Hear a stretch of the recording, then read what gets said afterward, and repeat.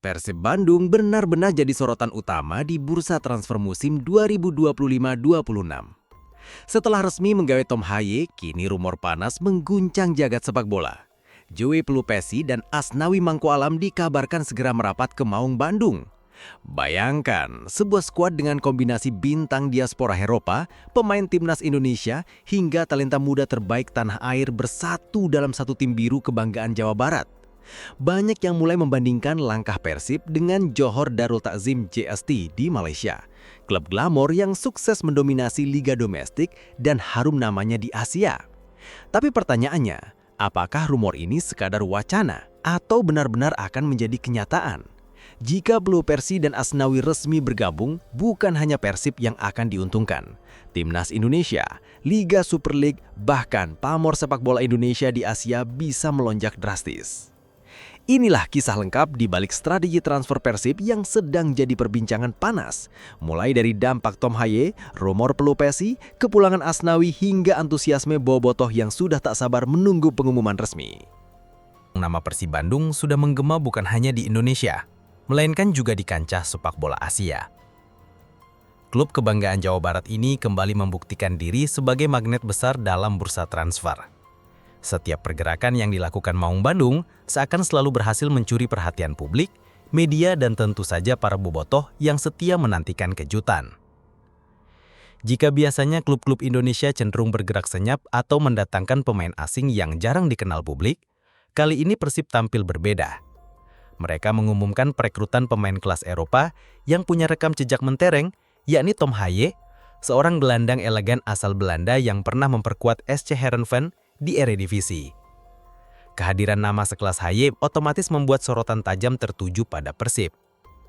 Tak hanya berhenti sampai di situ, rumor besar kembali merebak. Disebut-sebut ada dua nama penting lain yang akan segera menyusul jejak Haye ke Bandung, Joey Pelupesi dan Asnawi Mangkualam. Keduanya bukan nama sembarangan. Joey adalah ex-kapten FC Groningen, klub yang berkompetisi di Eredivisie Belanda, sementara Asnawi merupakan bek andalan timnas Indonesia yang kini masih merumput di Liga Korea Selatan. Kabar itu langsung menjadi headline di berbagai media olahraga. Bahkan beberapa jurnalis asing ikut menyoroti betapa seriusnya Persib dalam membangun skuad bertabur bintang. Tak sedikit yang menyebut langkah Persib ini mirip dengan transformasi Johor Darul Takzim, JDT, klub Malaysia yang sukses mengubah dirinya dari tim lokal menjadi kekuatan besar Asia Tenggara berkat strategi transfer ambisius. Lalu, mengapa Persib bisa jadi pusat perhatian? Jawabannya sederhana, strategi, daya tarik, dan ambisi besar. Pertama, dari sisi strategi, manajemen Persib kini terlihat lebih berani dalam memanfaatkan celah status pemain diaspora. Dengan menggait nama-nama keturunan Indonesia yang punya pengalaman di Eropa, klub ini bukan hanya memperkuat kualitas tim tetapi juga tetap menjaga kuota pemain asing agar tidak terbatas. Langkah ini tergolong cerdas karena memberi ruang bagi Persib untuk menyeimbangkan komposisi antara lokal, diaspora, dan pemain asing murni. Kedua, daya tarik Persib tak bisa dilepaskan dari dua faktor utama, tradisi dan basis supporter. Sebagai salah satu klub tertua dan tersukses di Indonesia, Persib memiliki warisan sejarah yang panjang. Lebih dari itu, bobotoh sebagai supporter Persib merupakan salah satu kelompok terbesar di Asia. Stadion Gelora Bandung Lautan Api tak pernah sepi dukungan, dan atmosfer itulah yang kerap jadi daya pikat bagi pemain untuk bergabung. Banyak pesepak bola yang mengaku tertarik bermain di Bandung karena ingin merasakan euforia bobotoh secara langsung. Ketiga, ambisi besar Persib terlihat jelas dalam dua musim terakhir. Setelah menjuarai Liga 1 2023-2024, Maung Bandung tampaknya tidak ingin berhenti hanya di level domestik. Target lebih tinggi kini dicanangkan, yaitu berbicara banyak di kancah Asia melalui ajang AFC Champions League 2 2025-2026. Untuk itu, tentu diperlukan skuad yang mumpuni, berpengalaman internasional, dan punya mental bertanding di level tinggi. Disinilah nama-nama seperti Tom Haye, Joey Pelupesi, hingga Asnawi Mangkualam masuk ke dalam rencana. Mereka bukan hanya pemain, melainkan juga simbol ambisi Persib untuk menembus batas prestasi yang lebih tinggi. Reaksi publik pun beragam. Bobotoh di media sosial menyambutnya dengan penuh antusias. Berbagai komentar seperti Persib rasa Eropa hingga Persib bakal jadi JDT Indonesia membanjiri lini massa. Media nasional dan regional tak henti-hentinya membicarakan langkah besar ini. Bahkan beberapa supporter dari klub lain pun ikut menyoroti. Sebagian kagum, sebagian lagi merasa khawatir dengan dominasi Persib di musim mendatang. Menariknya, langkah Persib ini juga menimbulkan efek domino di Liga Indonesia. Klub-klub lain mulai dipaksa untuk berpikir lebih kreatif dalam perekrutan. Ketika Persib berani mendatangkan pemain berlabel Eropa, maka standar kompetisi pun ikut terangkat. Hal ini tentu positif, karena semakin ketatnya persaingan akan membuat kualitas liga meningkat secara keseluruhan. Di balik semua itu ada satu hal yang tidak boleh dilupakan, beban ekspektasi. Semakin megah skuad Persib, semakin besar pula tuntutan hasil yang harus diraih. Bobotoh tak akan puas hanya dengan sekedar ikut serta di AFC Champions League 2. Mereka menginginkan tim kebanggaannya melangkah jauh, bahkan kalau bisa menorehkan sejarah sebagai wakil Indonesia yang mampu berbicara banyak di level Asia. Bab pertama ini menegaskan bahwa Persib kini berada di titik krusial. Semua mata tertuju ke Bandung, menantikan kelanjutan kisah transfer yang sedang berlangsung. Apakah rumor Joy Pelupesi dan Asnawi Mangkualam benar-benar akan terwujud? Ataukah semua ini hanya sekedar spekulasi media? Yang jelas satu hal sudah terbukti. Persib Bandung sudah berhasil menjadi pusat perhatian bursa transfer Super League 2025-2026. Jika ada satu transfer yang mampu mengubah peta kekuatan Liga Indonesia dalam sekejap, maka perekrutan Tom Haye oleh Persib Bandung bisa jadi jawabannya. Pengumuman resmi kedatangan Haye langsung menjadi trending topik bukan hanya di kalangan bobotoh, tetapi juga di media internasional. Tom Haye bukanlah pemain asing sembarangan. Lahir di Amsterdam, Belanda, pada 9 Februari 1995, ia meniti karir di dunia sepak bola melalui Akademi AZ Alkmaar. Karir profesionalnya menanjak di Eredivisie, liga yang dikenal sebagai salah satu penghasil talenta terbaik di Eropa. Haye sempat membela Willem II, AD Den Haag, NAC Breda hingga akhirnya bersinar bersama SC Heerenveen. Dengan gaya bermainnya yang elegan, ia dikenal sebagai gelandang serbabisa yang mampu mengatur tempo permainan sekaligus menjadi motor serangan. Di Heerenveen, Haye tampil konsisten menghadapi tim-tim besar Eredivisie seperti Ajax, PSV, dan Feyenoord. Pengalaman menghadapi lawan-lawan berkualitas tinggi inilah yang membuat bobotoh begitu percaya diri menyambut kedatangannya. Bagi Persib, memiliki pemain berkaliber Eropa murni yang masih berada dalam usia emas jelas merupakan sebuah keuntungan besar. Tak kalah menarik, Haye memiliki darah Indonesia dari garis keturunan keluarganya. Hal ini membuat ikatan emosionalnya dengan tanah air semakin kuat. Banyak yang percaya, salah satu alasan Haye menerima pinangan Persib adalah dorongan untuk kembali ke akar leluhurnya, sekaligus membuka peluang membela timnas Indonesia di masa depan. Kedatangan Haye langsung mengubah atmosfer di dalam skuad Persib. Lini tengah yang sebelumnya sudah solid dengan kehadiran Mark Lok dan Riti Kambuyaya, kini semakin berwarna. Haye dikenal pandai dalam distribusi bola, memiliki visi permainan tajam serta kemampuan tendakan jarak jauh yang mematikan. Kombinasinya dengan Klok yang juga jebolan Belanda diprediksi akan membuat Persib memiliki lini tengah Eropa rasa Indonesia yang sulit ditandingi.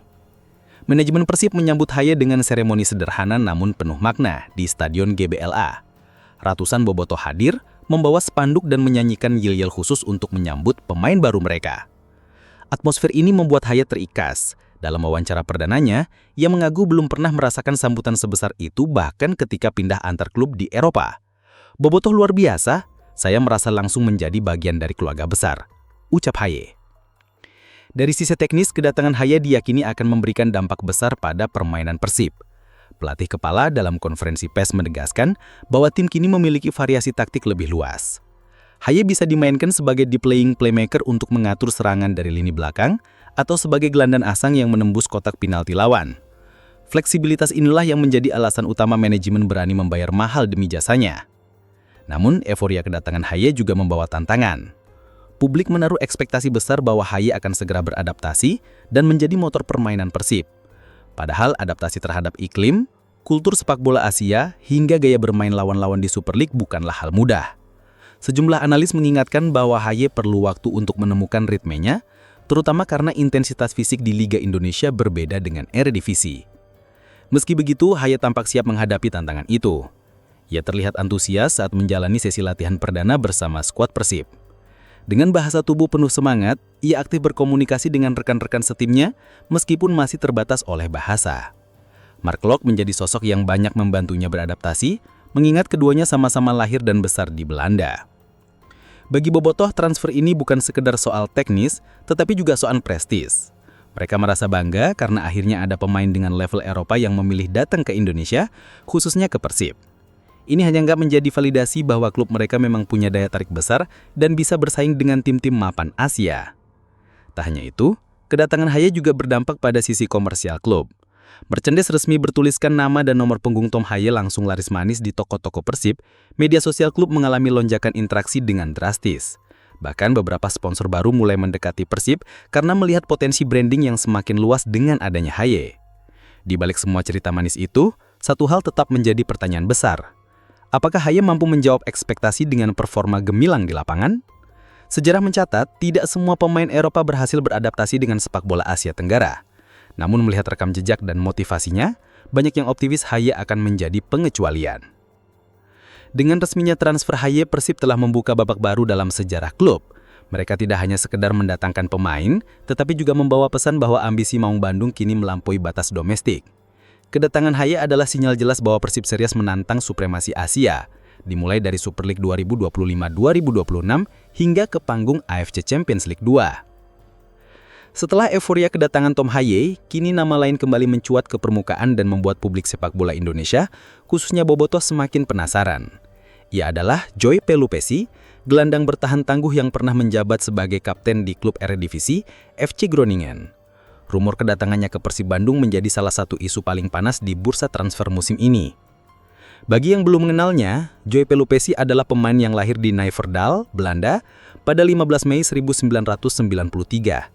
Dengan postur 177 cm, ia dikenal sebagai gelandang bertahan pekerja keras, tipe pemain yang tidak banyak bicara tapi punya pengaruh besar dalam menjaga stabilitas lini tengah. Pelupessy memulai karirnya di Akademi FC Twente, kemudian meniti jalannya di berbagai klub Belanda hingga akhirnya memperkuat FC Groningen. Disinilah namanya semakin dikenal luas sebagai kapten. Persib Bandung tampaknya tengah membangun sebuah identitas baru. Tim dengan nafas Eropa, namun berakar kuat pada Indonesia. Setelah kedatangan Tom Haye, rumor Joy Pelupessy, dan kehadiran Eliano Reinders, publik mulai menyebut Persib sebagai klub dengan DNA Belanda paling kental di Indonesia. Ketiganya, meskipun berbeda latar belakang, memiliki satu kesamaan penting: darah Indonesia yang mengalir di tubuh mereka. Fenomena ini bukanlah sesuatu yang muncul begitu saja. Sejak era kolonial, banyak pemain berdarah Belanda Indonesia yang sukses di sepak bola Eropa. Namun baru belakangan, arus kepulangan atau keterlibatan mereka dalam sepak bola nasional semakin deras. Persib dengan kekuatan finansial dan visi ambisiusnya, memanfaatkan tren ini untuk membangun tim yang tidak hanya tangguh di domestik, tetapi juga diperhitungkan di level Asia. Haye adalah representasi gelandang modern. Visi bermainnya tajam, distribusi bola presisi, dan mampu menjaga tempo permainan. Kedatangannya sudah resmi, dan publik bisa melihat betapa besar ekspektasi yang disematkan padanya. Ia diharapkan menjadi otak permainan Persib, pengatur irama yang mampu menghubungkan lini belakang dengan lini serang. Selain kualitas teknik, Haye juga membawa mentalitas Eropa, disiplin, fokus, dan determinasi. Faktor inilah yang seringkali menjadi pembeda antara pemain yang hanya sekedar bintang dengan pemain yang benar-benar memberi dampak. Jika Haye adalah otak, maka Pelupessy adalah otot. Sebagai gelandang bertahan, ia punya tanggung jawab besar menjaga keseimbangan permainan. Pengalaman sebagai kapten di Groningen menandakan bahwa ia bukan hanya sekedar pekerja keras, tetapi juga pemimpin alami. Jika rumor kepindahannya benar-benar terrealisasi, Persib akan punya lini tengah dengan komposisi sempurna. Haye sebagai pengatur, Klok sebagai penghubung, dan Pelupessy sebagai penghancur lawan. Trio ini bisa menciptakan kombinasi yang belum pernah dimiliki klub Indonesia sebelumnya. Nama Eliano mungkin belum sebesar dua rekannya, tetapi potensinya tak bisa diremehkan. Sebagai pemain muda dengan pengalaman di Eropa, ia punya energi dan fleksibilitas tinggi. Eliano bisa dimainkan di beberapa posisi, termasuk gelandang box-to-box yang rajin membantu serangan dan bertahan. Bagi Persib, Eliano adalah investasi jangka panjang. Ia mungkin tidak seketika menjadi bintang, tetapi bisa berkembang menjadi motor penting tim. Dengan kombinasi pemain muda dan berpengalaman, Persib sedang menyiapkan fondasi jangka panjang untuk dominasi. Mengapa trio Belanda Indonesia ini dianggap sebagai strategi jitu? Karena mereka bukan hanya membawa teknik Eropa, tetapi juga punya ikatan emosional dengan Indonesia. Adaptasi mereka di Bandung bisa lebih cepat karena faktor budaya, bahasa, dan kebangsaan. Selain itu, langkah Persib ini mirip dengan strategi klub-klub besar Asia. Johor Darul Ta'zim atau JDT di Malaysia misalnya, membangun dominasi regional dengan merekrut pemain diaspora dan bintang asing berkelas. Hasilnya, JDT bukan hanya penguasa liga domestik, tetapi juga kompetitif di kancah Asia. Persib tampaknya ingin menapaki jalan serupa. Kehadiran trio ini di Persib juga memberi efek domino. Klub lain akan terdorong meningkatkan standar rekrutmen mereka. Liga Indonesia bisa mendapat sorotan lebih luas, bukan hanya dari media lokal tetapi juga internasional. Hal ini pada akhirnya akan meningkatkan kualitas kompetisi dan menarik lebih banyak sponsor. Tak heran jika Bobotoh sangat antusias. Di media sosial mereka mulai membicarakan formasi impian, menyebut lini tengah Persib setara dengan tim Asia papan atas.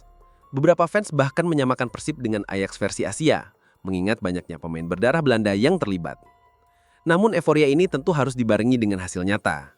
Trio Belanda Indonesia ini bukan hanya untuk gaya-gayaan, tetapi harus benar-benar memberi dampak di lapangan. Jika sukses, mereka bisa membawa Persib ke level baru yang belum pernah dicapai klub Indonesia manapun. Ambisi Persib Bandung musim ini bukan hanya soal menjuarai Super League 2025-26, tetapi juga tampil garang di level Asia. Dengan skuad mewah yang sedang dibangun, Persib punya target besar di ajang AFC Champions League 2 atau ACL 2 2025-2026. Format dan peta persaingan. ACL 2 adalah kompetisi kasta kedua di Asia, di bawah AFC Champions League Elite. Meskipun begitu, turnamen ini tetap diikuti klub-klub kuat dari berbagai negara. Persib tergabung di grup G bersama Selangor FFC, Malaysia, Bangkok United, Thailand, dan Lion City Sailors FC, Singapura. Formatnya sederhana, juara dan runner-up grup berhak lolos ke babak 16 besar. Dengan kata lain, Persib harus bersaing ketat dengan 3 tim tangguh dari Asia Tenggara untuk memastikan tiket ke fase gugus. Profil lawan Persib di grup G. Selangor FC, klub tradisional Malaysia dengan sejarah panjang. Mereka baru bangkit setelah beberapa musim redup. Dengan dukungan finansial yang cukup besar, Selangor FC sekarang diperkuat beberapa pemain asing berkualitas. Bagi Persib, Selangor adalah lawan berat karena rivalitas Indonesia-Malaysia selalu syarat gengsi. Bangkok United, salah satu klub elit Thailand. Mereka punya pengalaman bermain di kompetisi Asia dan seringkali merepotkan lawan dengan gaya bermain cepat dan disiplin. Thailand dikenal memiliki liga yang lebih kompetitif daripada Indonesia, sehingga Bangkok United bisa menjadi ancaman terbesar Persib di grup ini. Lion City Sailors FC, klub kaya asal Singapura yang beberapa tahun terakhir jadi sorotan karena investasi besar-besaran. Dengan fasilitas modern dan dukungan finansial kuat, mereka merekrut pemain asing top untuk mendominasi Liga Singapura. Meskipun liga mereka kecil, Lion City punya kualitas individu yang patut diwaspadai. Peluang Persib di grup G. Jika melihat skuad yang tengah disiapkan, Persib punya peluang besar lolos dari fase grup. Kehadiran pemain seperti Hae, Klok, Rinders, plus kemungkinan Pelupesi dan Asnawi membuat Persib bisa menyaingi lawan manapun di grup ini. Namun, ada beberapa faktor yang harus diperhatikan. Konsistensi performa. Bermain di kompetisi Asia butuh mentalitas berbeda, tidak cukup hanya unggul di liga domestik. Manajemen rotasi pemain, dengan jadwal padat, pelatih harus pintar merotasi skuad agar tetap bugar. Pengalaman internasional. Lawan seperti Bangkok United dan Selangor punya pengalaman lebih banyak di Asia. Persib harus cepat beradaptasi dengan tekanan atmosfer pertandingan luar negeri. Jika Persib melaju jauh di ACL 2, dampaknya sangat besar. Ranking Liga Indonesia di zona timur bisa meningkat. Saat ini Indonesia masih berada di peringkat 10, di bawah Singapura, Hong Kong, dan Kamboja. Prestasi Persib dan klub Indonesia lainnya bisa memperbaiki peringkat itu, sehingga membuka peluang lebih banyak untuk Indonesia di kompetisi Asia. Dengan kata lain, perjuangan Persib di ACL 2 bukan hanya untuk klub, tetapi juga membawa nama baik Liga Indonesia. Bobotoh tentu bangga, tetapi seluruh pecinta sepak bola nasional juga akan menaruh harapan pada Maung Bandung.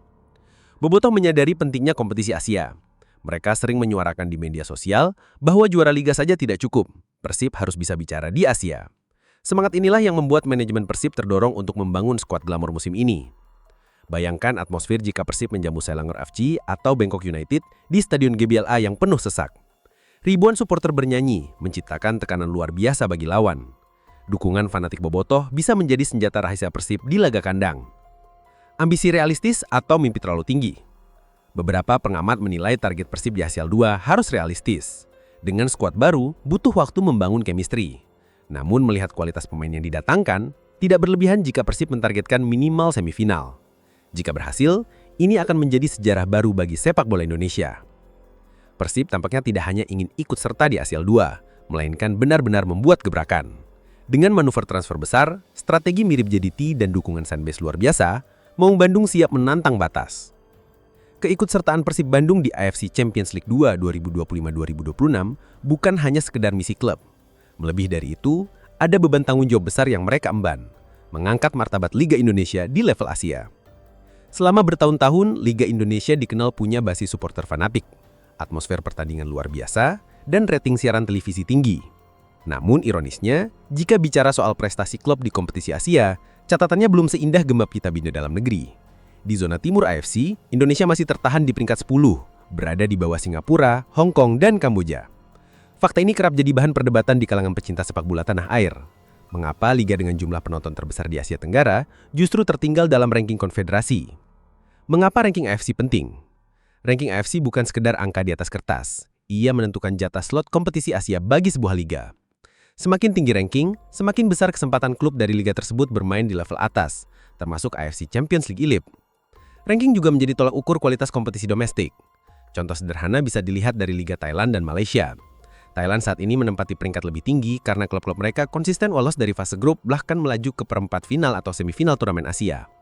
Malaysia lewat JDT berhasil mengangkat ranking negaranya berkat performa stabil di kompetisi antar klub Asia. Jika Persib dan klub Indonesia lainnya mampu tampil konsisten di ASIL 2, bukan tidak mungkin Liga Indonesia bisa naik setidaknya ke peringkat 7 atau 8 dalam 2-3 tahun ke depan. Itu artinya, peluang untuk mendapat jatah lebih banyak di kompetisi Asia akan terbuka lebar. Persib sekarang dianggap sebagai salah satu klub yang paling siap mengemban tugas ini. Dengan skuad bertabur bintang, dari Tom Hey, Eleanor Rinders, hingga rumor Joy Pelupesi dan Asnawi, Persib punya kualitas yang bisa menandingi klub-klub Asia Tenggara lainnya.